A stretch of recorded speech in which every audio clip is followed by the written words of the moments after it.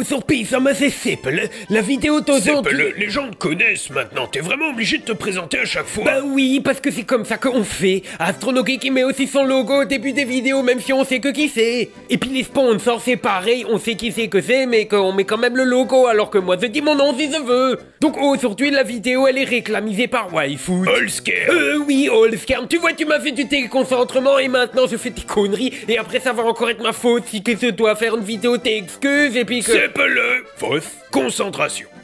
Sponsor. Ah, donc c'était en train de te dire... la réclame d'aujourd'hui, elle est vidéalisée par Allscairn. Allscairn, ils font des montres en pierre et des femmes en bois pour hommes. Quoi? Qu'est-ce que ça veut dire? C'est qu'ils font des montres en bois et en pierre pour hommes et pour femmes. Et des bijoux aussi. Aussi des bijoux. Seppel, concentre-toi un peu. Et c'est quoi ça? Ça c'est le QR code qu'il faut que je mette dans la vidéo. Ça c'est nouveau. C'est en plus que le lien et le code, tu peux prendre en photo avec ton téléphone et comme ça tu vas directement sur le site. Sauf que si tu regardes la vidéo avec ton téléphone, c'est pas pratique. Alors il faut qu'il y ait un copain à toi qui va sur le site avec son téléphone à lui. Mais alors c'est lui qu'il achète les montres et c'est dommage parce qu'elles sont à 85%. Attends, quoi? Et toutes les montres elles sont différentes parce qu'elles sont fabriquées en bois et en pierre. Alors si c'est ton copain qui va sur le site, c'est lui qui va acheter celle que tu veux. Ouais, mais Seppel, elles sont juste un peu différentes, hein. Les veines du bois et de la pierre changent, mais les modèles sont fabriqués en plusieurs exemplaires quand même. Oui, mais quand même que pas très beaucoup. Ils font une série et que quand la série elle est toute fendue, hop là ils se vertissent et tu peux plus l'acheter parce qu'il y en a plus. Ouais, ok, bon. Mais pour les 85%... Et comme c'est pas de la rail, les montres et les pissous, ils sont garantis 2 ans. Et si t'es pas content et que tu veux la rendre, c'est gratuit. Ouais, alors... Mais tu fais encore du déconcentrement. Ouais, bah continue tout seul, hein. Ouais, oui.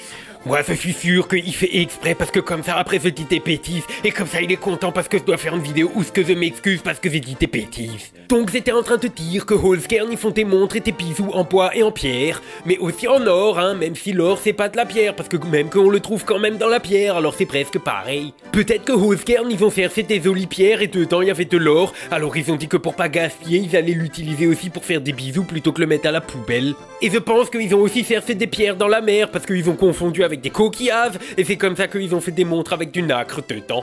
L'œil était mini ours. C'est quand même joli, tout comme que ça brille avec la nacre, qu'elle. Par contre, je sais pas comment qu'ils ont fait pour trouver des plumes en cherchant des pierres. Peut-être que celui qui cherchait les cailloux le jour-là, il était très très bête. Tu sais ce que c'était ce coup de fil? Un démarcement de panneaux solaires? Non, on m'a encore signalé une de tes conneries. Ton QR code là, c'est pas le bon. Mais si, même que j'ai vérifié, même qu'avec ça, on a tout ce que Allscairn y vendent à 85%. Alors déjà, non, c'est moins 15% et ensuite... Oui, bah c'est qu'est-ce que je dis, si tu enlèves 15% au prix, ça veut dire que tu achètes les choses à 85%. Seppel, non. Quand on a une réduc de 15%, tu annonces 15% de réduc, pas un prix à 85%. Et ensuite, tu me changes ce QR code. Mais puisque je te dis que c'est le bon que ce que j'ai mis, et même que c'est celui-là... si... Bah oui. Bon, et bah je mets celui-là alors. Donc si tu as envie d'une jolie montre ou d'un bisou Allscairn pour toi ou ton amoureuse ou ton amoureux, tu cliques sur le QR code que t'es mis là, mais le bon, hein, pas l'autre, ou bien que tu cliques sur le lien qui est dans la description et tu utilises le code ou une S15% de réduction sur tout qu'est-ce que tu as fait. Attends, tu utilises toujours ce code? Ben oui, les gens, ils l'aiment bien. Seppel. Oui, bon ben laisse-moi tranquille, tu me fais du perturbement. Alors tu oublies pas, hein, le lien il est dans la description et sinon tu utilises le QR code. Hop là, la réclame elle est finie. Seppel, va falloir qu'on discute. Mais mormicis. Oui, mon général? Oui, c'est bon, il a pris le script. Oui, bien sûr, la Togobé, oui. Oui, bien sûr. Oui, comme vous dites, oui, des vainqueurs de muscles. La vidéo d'aujourd'hui a été écrite par Guillaume Chabal.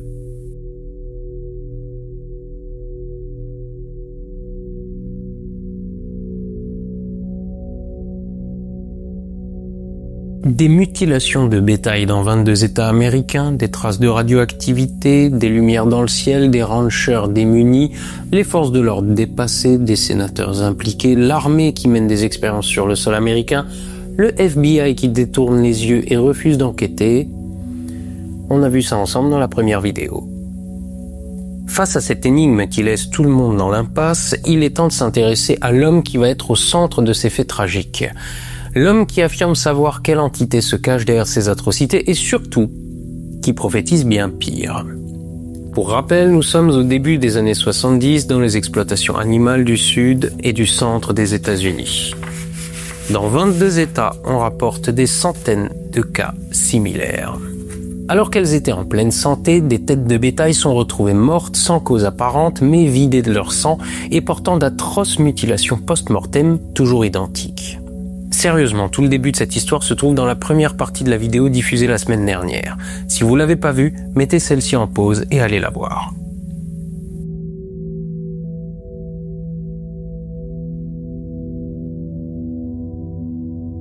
Les autorités américaines sont donc dans l'impasse jusqu'à ce qu'un homme se manifeste en affirmant savoir de quoi il en retourne. Parlons maintenant d'Albert Kenneth Bankston.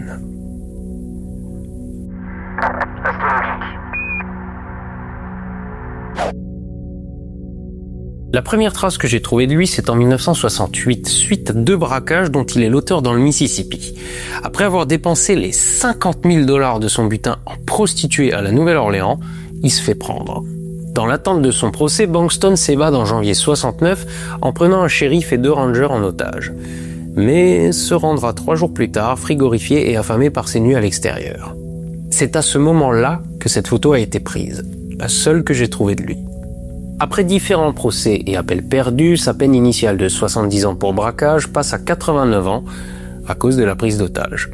D'un pénitencier à l'autre, Albert Kenneth Bankston, qui a alors 42 ans, va rencontrer Marion.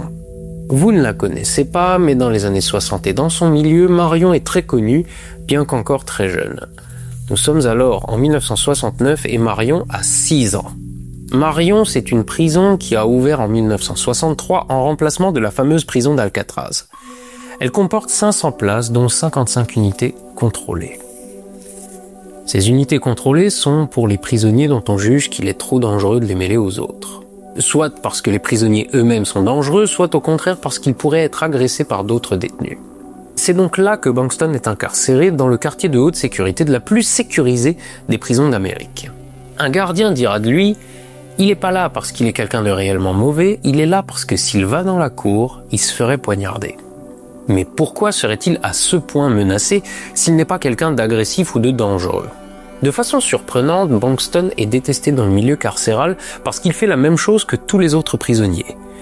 Il récolte des informations et les transmet aux gardiens. Ça, c'est pas vraiment inhabituel.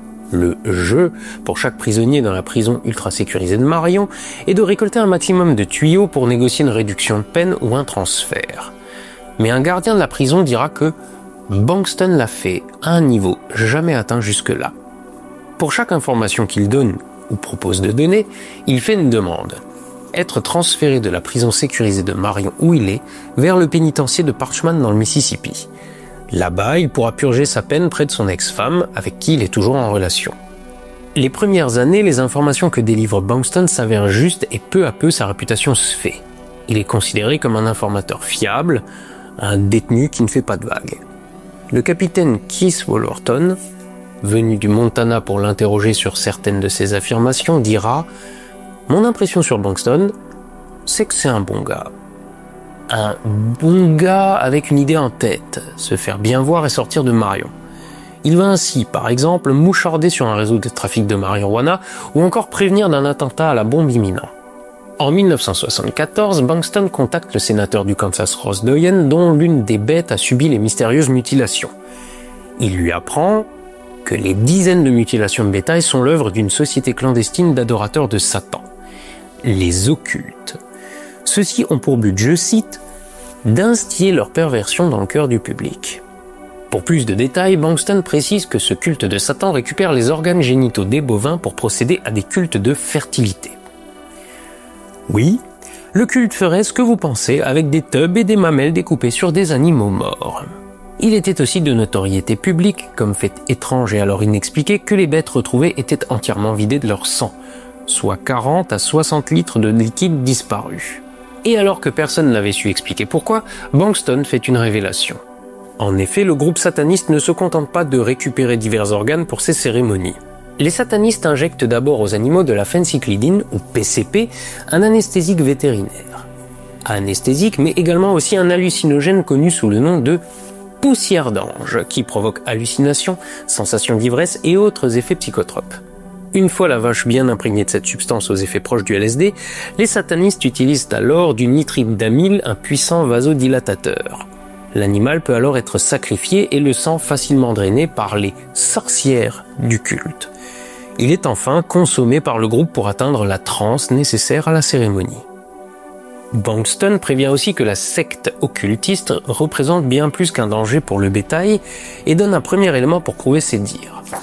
D'après les informations que lui seul a pu réunir, ce même groupe est impliqué dans une attaque à la bombe en 1970.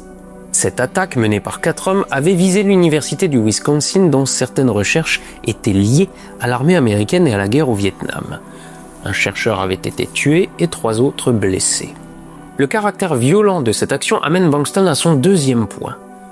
Les mutilations animales sont un prélude à de très prochains sacrifices humains. Et c'est tout. À ce stade, Bankston ne donne pas plus de détails. D'abord son transfert, ensuite l'enquête. Les autorités, aussi énormes par leurs implications que ces informations puissent paraître, les considèrent comme une piste à ne pas négliger. Rappelez-vous ce que je vous disais dans la première partie. Question satanisme, la société conservatrice de l'époque et les mouvements religieux sont très chatouilleux. En plus, il est question de sorcières associées par les mouvements religieux aux mouvements féministes qui sapent l'ordre moral. Et si en plus le mouvement est lié à une attaque à la bombe contestataire, encore un coup des hippies. D'autant que des rumeurs et légendes urbaines de mouvements ou supposés crimes satanistes circulent déjà depuis quelques années. Aucune affaire précise, mais il y aurait une organisation qui, des gens auraient vu, il y aurait des films qui montrent. Bref, rien de nouveau dans les complots, on a les mêmes rumeurs aujourd'hui sur plein de sujets. On ne sait pas si ça existe, mais si c'est vrai, c'est très grave. Pour avancer dans l'enquête, on propose à Bankston un transfert vers une prison du Minnesota, moins sécurisée et moins dure que Marion. Mais notre prisonnier modèle refuse. En effet, un groupe de bikers appartenant au mouvement occulte et largement impliqué dans les mutilations aurait des contacts dans les cercles de la justice et pourrait s'en prendre à lui pendant le transfert ou sur son nouveau lieu de détention. Ces bikers, par définition très mobiles, posent un autre problème.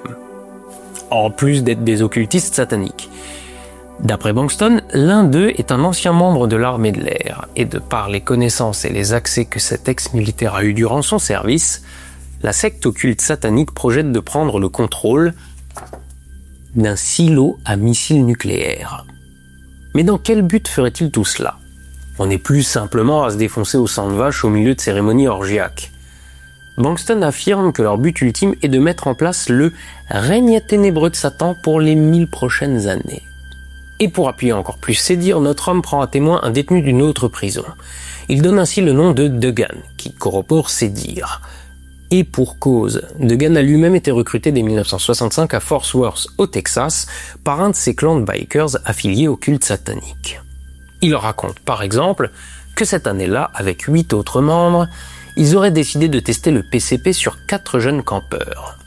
Étant plus habitués aux bovins qu'aux humains, les bikers auraient mal calculé la dose de stupéfiants nécessaire et les malheureux campeurs seraient morts en 2 heures.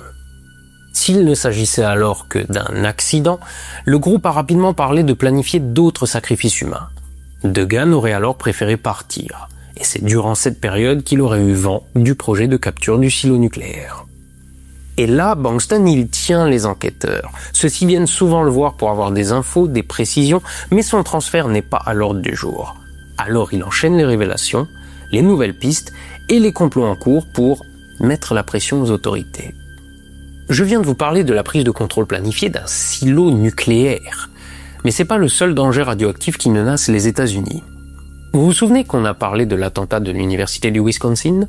Eh bien, d'après Kenneth Bankston, l'une des personnes impliquées dans cet attentat qui avait coûté la vie à un chercheur est également responsable d'un vol de plutonium dont la presse s'était fait l'écho l'année précédente, en 1974. Mais cette fois, il donne plus d'informations en gage de bonne volonté. Il accuse nommément une avocate de l'Oklahoma de conserver le plutonium volé dans son sous-sol, mais aussi d'être lié à un autre meurtre. Bankston fait là référence à une affaire qui défraye alors la chronique. Karen Silkwood, une journaliste morte dans des circonstances étranges, enquêtait sur des irrégularités dans la fabrique de plutonium Kers McGee's Cimarron, en Oklahoma.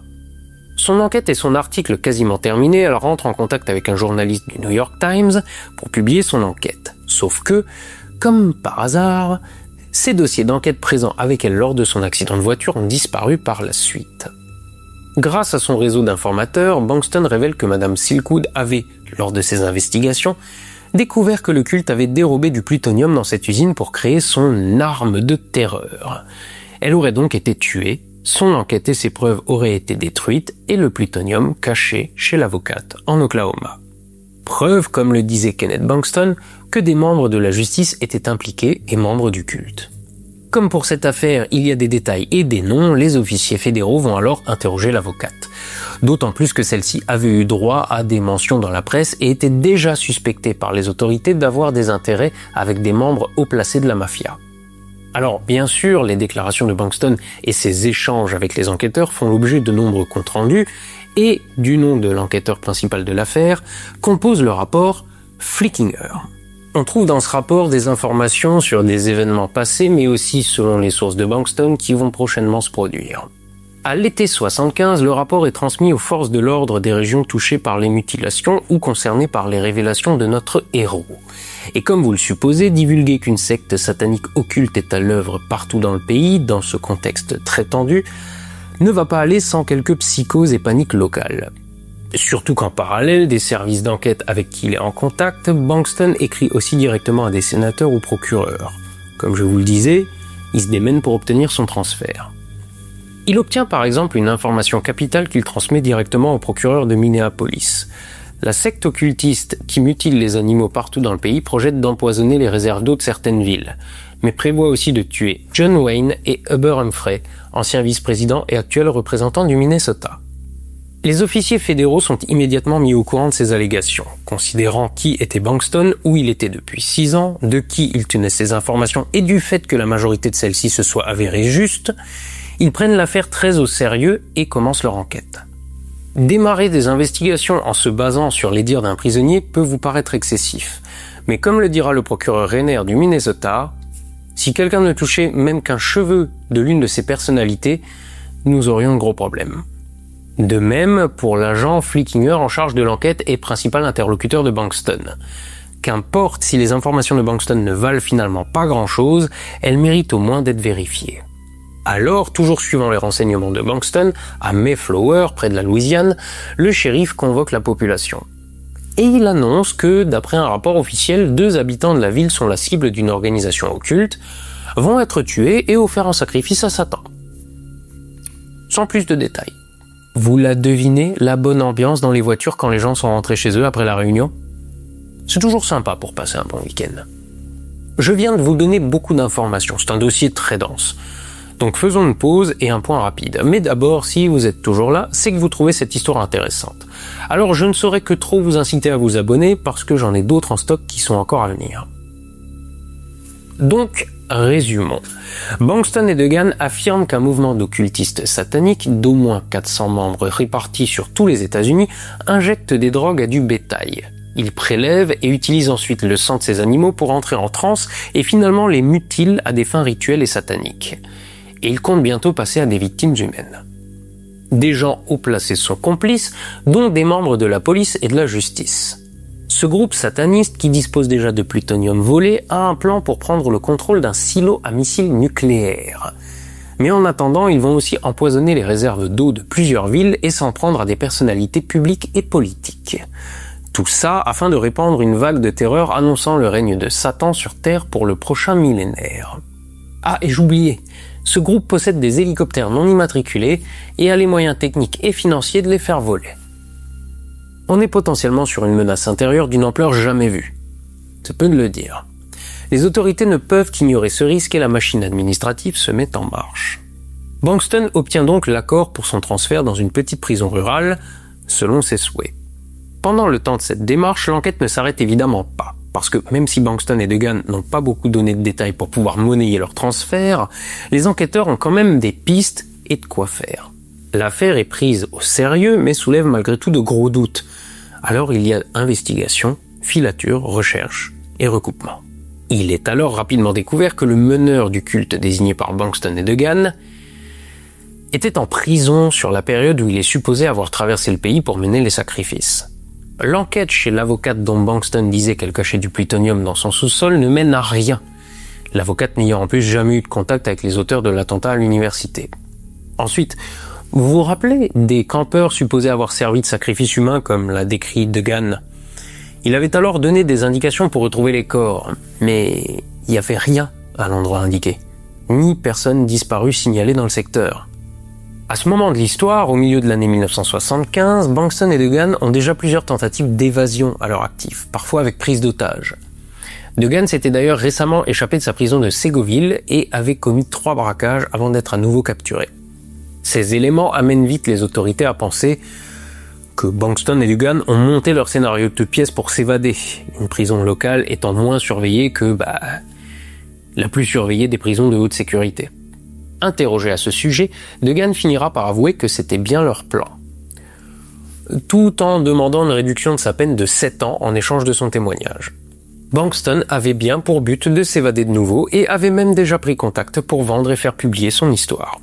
Les forces de l'ordre se rendent compte qu'elles ont été bernées, mais pour autant estiment qu'elles ont bien fait de dépenser leur temps et leur argent à suivre ces pistes, plutôt que de risquer que l'une d'entre elles se soit avérée vraie. Les investigations fédérales sur les révélations de Bankston et Degan cessent officiellement à la fin de l'année 75.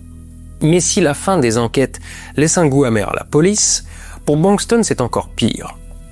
Lui qui pensait être à 2 doigts d'obtenir son transfert dans le Mississippi se sent trahi par la justice.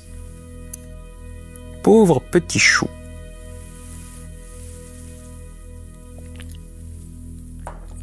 Alors, en gardant la même technique, il se tourne vers les journalistes à qui il raconte ses histoires. Si la presse relaye ses récits, la pression de l'opinion publique permettra peut-être au dossier d'être rouvert et il pourra de nouveau demander son transfert ou négocier des remises de peine. Aux journalistes, il prédit des kidnappings, à nouveau, du vol de matériel nucléaire, et dit avoir des informations sur à peu près tous les crimes irrésolus qui ont eu lieu, même les plus étranges. Mais voilà, ces informations restent fausses et de plus en plus extravagantes. Pour autant, reconnaît-il avoir tort? Absolument pas. Puisque comme le dirait aujourd'hui une médium sur X ou les escrocs qui prétendent voir l'avenir, tout est la faute des autres. Il le dira au journaliste John McCaig. Je sais que je dis la vérité, mais les gens à l'extérieur de la prison changent leur plan pour me discréditer, ou lorsque des gens comme vous les mettent en lumière dans les médias, ce qui les effraie. Mais très bientôt, les faits vont parler et le sang coulera. Et si quelque chose lui arrive en prison, c'est que on aura voulu le faire taire. Un journaliste ne l'écoute pas ou ne relaie pas son histoire. Il le prévient qu'il sait que quelqu'un de la secte occulte en a après lui parce qu'il en sait déjà trop.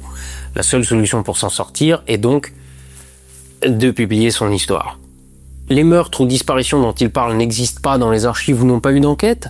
C'est parce que la police et les juges font partie de la secte sataniste occulte et ont fait disparaître les preuves. Si, alors que les fédéraux enquêtaient encore, la presse relayait parfois un article à propos des révélations de Bankston, la fin de l'enquête signera aussi très vite la fin des articles. Alors, tout n'était que mensonge.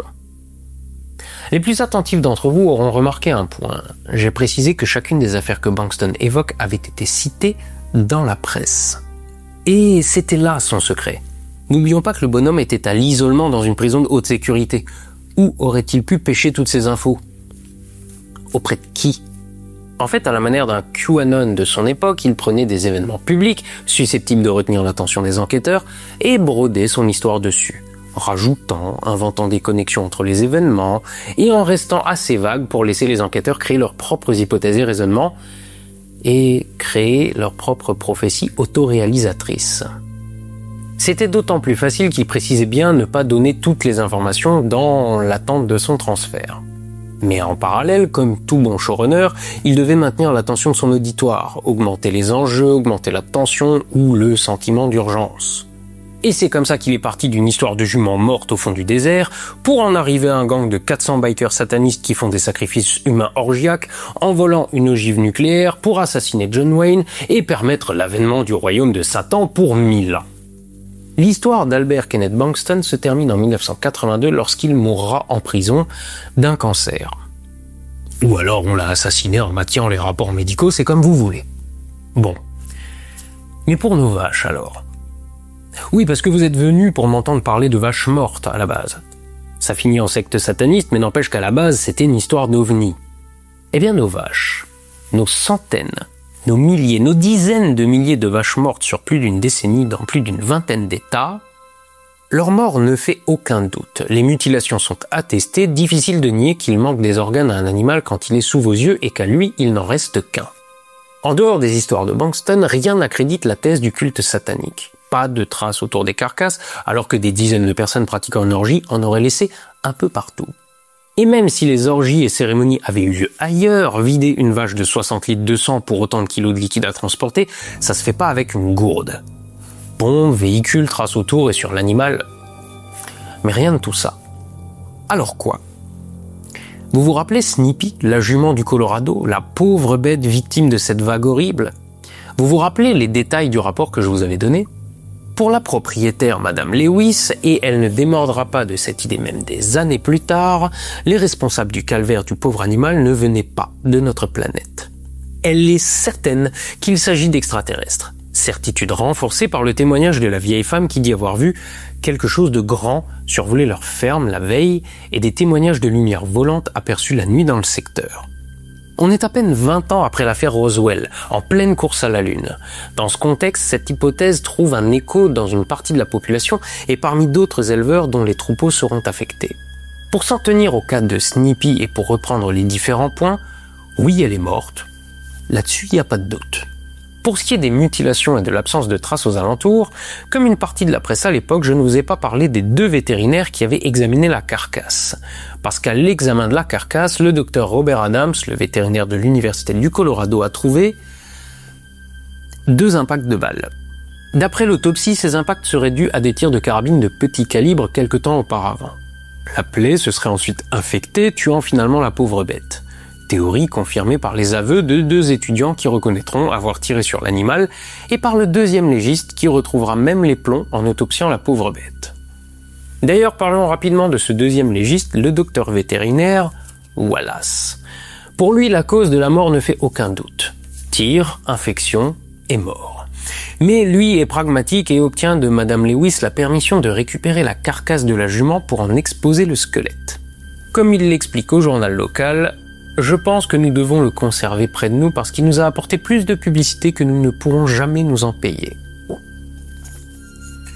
Malgré tout et en dépit de ces explications épreuves, Madame Lewis, son mari et d'autres habitants d'Alamosa continuent de croire en la thèse extraterrestre. Elle le dira d'ailleurs en interview à un journal local. Pour elle, sa chère jument a été zappée par un rayon extraterrestre. Comment expliquer autrement les traces de radioactivité élevées détectées par le garde forestier? Alors, élevées d'accord, mais par rapport à quoi? Le chiffre relevé n'est mentionné nulle part, ni dans les articles locaux, ni dans les rapports de police. On sait juste que le détecteur a cliqué, ce qui, sans chiffre, ne veut juste rien dire. La radioactivité naturelle peut suffire à agiter un compteur Geiger, et comme nous l'avons vu, il y avait eu plusieurs incidents dans une usine d'armement nucléaire à proximité. Une simple contamination est donc tout à fait plausible. D'ailleurs, un aparté sur ces traces radioactives si chères aux partisans des atterrissages d'OVNI. Si ces engins laissent de tels niveaux supposément élevés à chaque atterrissage, les cancérologues de leur planète ne doivent pas manquer de boulot pour soigner les pilotes ayant les miches posées sur de la matière fissile visiblement très mal isolée. Mais revenons à Snippy. Quelles explications alors pour les buissons écrasés à proximité de l'animal et les traces de brûlure, si ce n'est par l'atterrissage d'un engin venu d'ailleurs? Et l'objet vu au-dessus de la ferme, les mutilations sur l'animal. Pourquoi et comment était-il vidé de son sang? En fait, de buissons écrasés, il n'y en avait que 1 ou 2 endommagés à proximité. Très probablement écrasés par les chutes de Snippy, agonisante et tenant à peine sur ses pattes et qui s'effondrera pour de bon quelques mètres plus loin. Les traces de brûlure? Pas vraiment. Madame Lewis parle de traces ressemblant à des brûlures, et ça, c'est lié en partie à l'absence de sang dans le corps du pauvre animal. Ces traces sont le sang de l'animal. Sang qui a coulé en cette fin d'été dans le désert sec et sous le soleil brûlant. L'hypothèse du docteur Adams de l'Université du Colorado est que quelqu'un, ayant trouvé la bête mourante, l'aurait achevée en lui tranchant la gorge. C'est une pratique courante pour les éleveurs. Bon, il y a plus doux comme méthode, mais entre ça ou laisser l'animal agoniser des heures d'une infection... De cette blessure sectionnant une artère, le sang aurait coulé à flot, vidant en grande partie l'animal avant de sécher, limite de cuire au soleil, finissant en taches brunes, noirâtres, craquelées. Et cette plaie aurait facilité le travail de divers charognards du coin qui auraient fait leur festin de l'encolure, manquante à la découverte de la carcasse. Carcasse dont les journaux font état d'un mystérieux noircissement des os quelques jours plus tard. Bon, ça s'appelle la putréfaction. Sans être Nobel en biologie, vous savez sûrement que c'est un truc on ne peut plus normal pour un animal mort. Il y a des os, des restes de chair dessus et c'est à l'air libre. Ça pourrit et ça noircit. Et ça rajoute un détail croustillant dans un article. Mais qu'en est-il de l'objet qui a été vu au-dessus de la ferme ? En effet, Agnès King dit avoir vu quelque chose passer au-dessus du ranch. À 87 ans, sans ses lunettes et malgré sa très mauvaise vue. De nuit. Mais cette déclaration est faite après que Madame Lewis ait raconté à toute la vallée que son cheval avait été tué par des extraterrestres.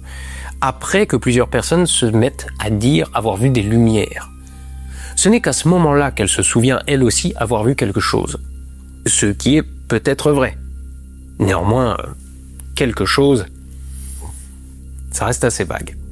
Mais le temps des autopsies et de la brève enquête, la théorie de Madame Lewis a vite fait de se répandre dans toute la vallée et bientôt au-delà. On est aux États-Unis, le concept de communauté prend tout son sens, et les nouvelles vont vite, surtout entre éleveurs. Alors si le cas de Snippy trouve sa conclusion, que dire des dizaines de milliers de cas les années suivantes ? Est-ce que les habitants se seraient tous pris de passion pour le tir sur bovins au point de provoquer une telle hécatombe ? Pour le savoir, il suffit de se plonger dans les dossiers d'autopsie et les rapports officiels de l'époque.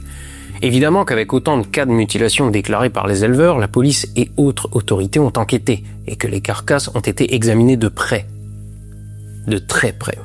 Et les centaines de résultats d'autopsie réalisés sont tous formels. Les animaux sont tous morts de cause naturelle.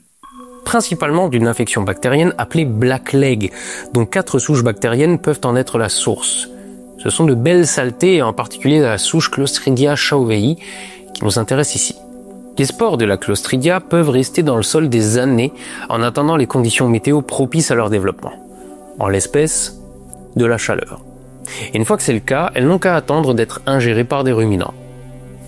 Comme des vaches par exemple. Et ensuite, les spores se réveillent et les bactéries se logent dans les grands muscles de l'animal, généralement les cuisses, pour s'y développer. Et en relâchant du gaz produit par leur métabolisme. Il y a 2 problèmes avec ce gaz. D'abord, c'est extrêmement douloureux pour l'animal puisque ça crée des poches dans le muscle qui compriment les tissus. L'autre problème, c'est qu'il contient des toxines qui provoquent des nécroses et qui elles aussi sont très douloureuses en plus de donner leur nom à la maladie. Et oui, blackleg, la jambe noire. Histoire d'en rajouter à cette saleté, les bactéries se reproduisent très vite et beaucoup de bactéries, ça fait beaucoup de gaz et beaucoup de toxines. Au point que si vous appuyez sur une zone infectée, vous pouvez entendre et sentir des pops dus aux petites poches de gaz que vous faites éclater dans le muscle de l'animal. Et quand ça évolue, ces poches peuvent avoir la taille de balles de ping-pong. Sous la peau et dans le muscle. En prévention, pas grand chose à faire à part brûler le sol pour éliminer les spores. Mais sur des centaines de milliers d'hectares du pays, ça va être compliqué. Surtout que ces spores sont invisibles à l'œil nu.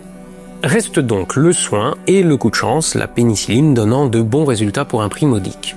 Mais alors, pourquoi tant de morts dans le bétail s'il existe un traitement efficace et pas cher ? D'abord parce que les troupeaux sont en pleine nature. Vous avez en tête les images de grandes étendues de plaine avec du bétail dans les westerns ? Et ben voilà. L'éleveur ne peut tout simplement pas examiner ces centaines ou milliers de bêtes chaque jour. L'autre problème est lié aux toxines des bactéries. Prenez une bête de 400 kg en pleine santé qui mange un sport le matin au petit déjeuner, elle verra pas le soleil se coucher. Les toxines de ces charmantes bactéries sont foudroyantes et tuent une bête adulte en 12 heures. Donc, vache infectée, vache condamnée. Mais cette réponse peut ne pas vous satisfaire. Après tout, ce ne sont pas les bactéries qui vont trancher des oreilles, des organes sexuels, des museaux, ni vider les animaux de leur sang. Et bien sûr que vous aurez raison. Pour ces faits, il n'y a pas une, mais 3 explications. Le premier responsable est le gouvernement Nixon en 1973. Des hausses du prix de l'alimentation des bêtes provoquent depuis plusieurs années une hausse du prix de la viande. De nouvelles normes environnementales rajoutant aussi des contraintes. Le président Nixon met alors en place des prix de vente imposés sur le bœuf, le porc et le mouton pour enrayer cette inflation. Côté consommateur, la nouvelle fait plaisir. Côté éleveur, une hausse des coûts et une baisse des prix de vente les met dans une situation très difficile. Jusqu'à tuer leurs propres bêtes ? Quand même pas. Mais une bête morte de maladie, c'est une perte sèche. Une bête déclarée mutilée, c'est un acte de vandalisme et c'est couvert par les assurances. Alors découper au couteau une oreille ou des parties externes facilement accessibles d'une carcasse pour récupérer quelques dollars de prime, c'est tentant. Sans autopsie, ça passe. Mais quand il y en a eu, l'utilisation d'un couteau a à chaque fois été constatée. Le second responsable, non, les seconds responsables, ce sont les animaux sauvages. D'après les vétérinaires, il s'agit même et de loin de la première cause des mutilations. Rapaces, renards, lynx et autres coyotes s'invitant au banquet. Ces derniers ont des dents très tranchantes qui laissent des plaies nettes et mangent d'abord les parties molles, facilement disponibles. Psychose ambiante aidant, les autopsies n'étant pas systématiques, il suffit à l'éleveur de déclarer qu'il y a eu mutilation pour avoir sa prime. Et pour le sang vidé alors, les coyotes venaient paille à la patte pour boire sur la bête ? Rappelez-vous de l'info que je vous ai donnée à propos de la bactérie Clostridia. Elle se développe lors de fortes chaleurs. Et le bétail, lui, il est libre d'aller dans les très vastes étendues semi-désertiques sans ombre. Vous avez là la troisième responsable, la chaleur. Dans ces conditions, une carcasse sous la sèche canicule de ces états, en partie dévorée et vidée de ses fluides suite aux blessures, va tout simplement sécher, le temps que le rancher la retrouve quelques semaines plus tard. Et d'ailleurs, combien de bêtes ont été touchées au final ? Je vous ai parlé de dizaines de milliers d'animaux, mais ça représente quoi ? En 1974, il y avait 132 millions de têtes de bétail aux États-Unis. Les morts naturelles en champ par maladie ou attaque de prédateurs touchent 6,5 millions de bêtes, soit 5% du cheptel. Trouver un animal mort n'a donc rien d'inhabituel. Sur ces 6,5 millions de bêtes, les mutilations déclarées cette année-là représentent 200 cas. D'ailleurs, ce sont très majoritairement de petits éleveurs ou des personnes n'ayant que quelques bêtes en loisir, comme Madame Lewis, qui rapporteront le plus ces cas. Probablement parce que n'étant pas éleveurs professionnels, ils ne connaissent pas forcément la maladie de la Black Leg, ni qu'elle pouvait tuer si vite. Probablement aussi parce que sur de toutes petites exploitations ou pour des particuliers, récupérer quelques centaines de dollars d'assurance pour une bête mutilée a plus d'importance que pour un élevage de dizaines ou centaines de milliers de bêtes. En dépit de ces preuves et autopsies, bon nombre d'éleveurs continuèrent donc à affirmer que leur bétail était victime de mutilations inexpliquées, faisant grossir les chiffres avec les années. Mais ça ne représente toujours que 10 000 bêtes sur toute la période, pour 6,5 millions de pertes par an. Les rondes armées ont continué, des hélicoptères ont essuyé des tirs et les autorités ont dû relever l'altitude minimale de vol pour éviter de graves accidents. Des lumières et observations d'OVNI ont été rapportées. Comme je vous l'ai dit, il a aussi été question de tests d'armes biologiques par le gouvernement. Pour autant, les enquêtes et rapports amènent tous à la même conclusion. Mort naturelle, carcasse mutilée post-mortem par des animaux, et plus rarement par des hommes. Et à propos du FBI alors ? Ils ont bien refusé dès le début d'enquêter, avant même que les causes ou supposées causes de ces mutilations ne soient trouvées. Il y avait donc bien un secret qu'ils ont contribué à dissimuler, inventant ensuite ces histoires de maladie du bétail pour maquiller l'affaire. Il est tout à fait exact que les premières années, en dépit des demandes répétées de sénateurs, le FBI ait refusé d'enquêter. Et pour une raison toute simple. Ça ne fait pas partie de leur mission. Le rôle officiel du FBI est très clair à ce propos. La mission du FBI est de protéger les États-Unis des menaces internes et externes, qu'elles soient claires et éminemment dangereuses ou plus métaphysiques, et à long terme, le tout dans le but d'améliorer la sécurité de notre nation. Donc, quelques dizaines de vaches mortes en plus des 6,5 millions de décès annuels, ça n'apparaît pas vraiment comme une menace gravissime relevant de la sécurité nationale. En revanche, les sénateurs ont pu finalement obtenir l'intervention du FBI en prétextant que, comme les mutilations avaient lieu dans plusieurs États, on pouvait craindre l'action d'un réseau organisé. C'est un argument qui a fait mouche, soutenu par les avertissements de Bankston sur la secte satanique et une possible menace nucléaire. Alors au final, comment en est-on arrivé là ? Les agents du CBI et un ancien agent du FBI avec 28 ans d'expérience, Kenneth Rommel, diront que cette psychose est due à un phénomène de suggestion, de recherche de sensationnalisme par les médias et d'irresponsabilité de la part des autorités locales. Et oui, il faut bien vendre du papier et le sensationnel, l'étrange, les complots, ça fait très bien vendre. En 1975, les mutilations animales sont le sujet le plus traité en nombre d'articles dans le Colorado. Une preuve de l'impartialité de traitement par les journaux? Dans le cadre de son enquête, l'agent Rommel dont on vient de parler a fait une expérience. Il est allé sur les lieux d'une mutilation sans que les voisins de l'éleveur ne le sachent. Mis plus tard au courant de l'incident, l'éleveur voisin a contacté Gail Olson, journaliste pour le Rio Grande Sun, qui a souvent fait des reportages sur les mutilations de bétail et les ovnis. Celle-ci fit un article à charge à propos de l'agent Rommel qui n'aurait pas fait son travail. Dans l'article, Olson développe la théorie de la participation de Rommel à une conspiration gouvernementale plus vaste. Mais quand l'éleveur a confirmé à Olson que Rommel était arrivé sur les lieux et avait enquêté, elle n'a pas publié d'article rectificatif et a enfoncé le clou en prétendant que Rommel participait à une opération de camouflage du gouvernement. Il serait venu sur les lieux pour effacer traces et indices. L'agent Rommel a décrit les articles de la journaliste Olson comme des reportages classiques sur les mutilations de bétail. Et comment tout ça se finit? La plus importante vague du milieu des années 70 va peu à peu décroître jusqu'aux années 80. Comme vous vous en doutez, ce ne sont pas les rapports des vétérinaires qui ont marqué les esprits, mais généralement la version ovni, prenant le pas sur la version sataniste pourtant largement médiatisée grâce à Bankston. Version ovni encore largement préférée de nos jours. Après tout, qui sait ce qui peut se passer dans une obscurité sans lune, au milieu de nulle part, quand les seuls témoins sont des vaches? On a tous en tête l'image du ranch isolé survolé en pleine nuit par une soucoupe volante. Ici, c'est dans un court-métrage Pixar. Là, c'est dans le film Signe de Night Shyamalan en 2002. Comme souvent, la pop culture s'inspire du phénomène ovni et l'alimente à son tour. Et ces histoires de bétail mutilé partent de la propriétaire d'une jument incapable d'accepter que sa mort ait été banale et des magouilles d'un prisonnier échafaudant un plan pour s'évader. Levez les yeux au ciel, soyez astronomiques et à la revoyure.